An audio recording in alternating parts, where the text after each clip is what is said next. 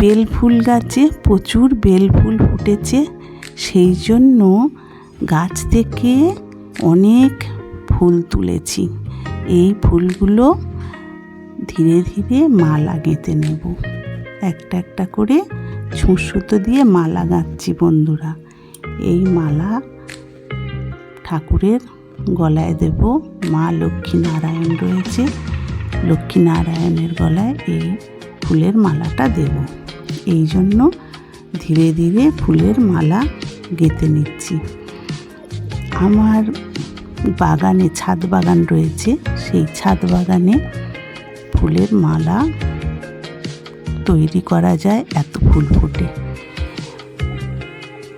Bell ফুল ফুটেছে, প্রচুর bell ফুল ফুটেছে, তার সঙ্গে জবা, রজনীগন্ধা, নানান রকমের জবা গাছ রয়েছে, জবা ফুলও ফোটে, নয়নতারা ফুল।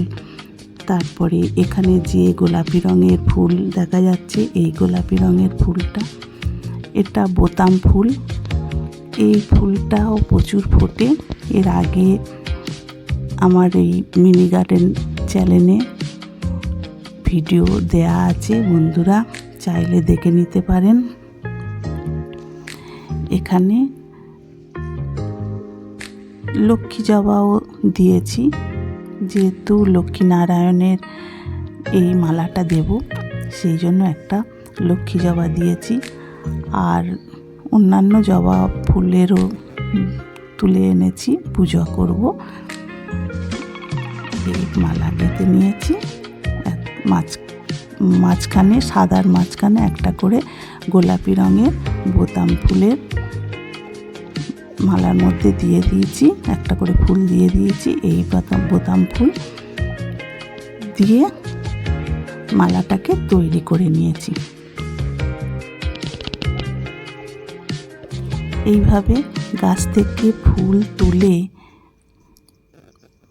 ভগবানের নিবেদন করা খুবই ভালো লাগে আর খুবই আনন্দ লাগে।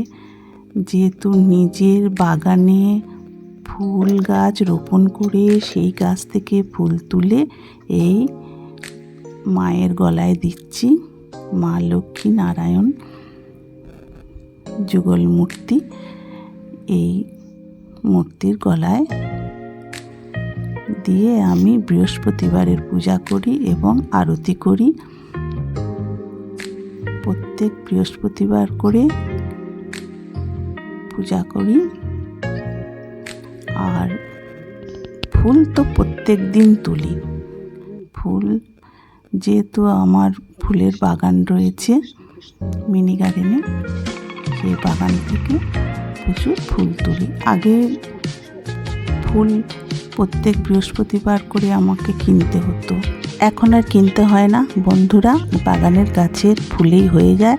সবাই সুস্থ থাকুন, ভালো থাকুন। এই ছিল আমার আজকের ভিডিও। ধন্যবাদ।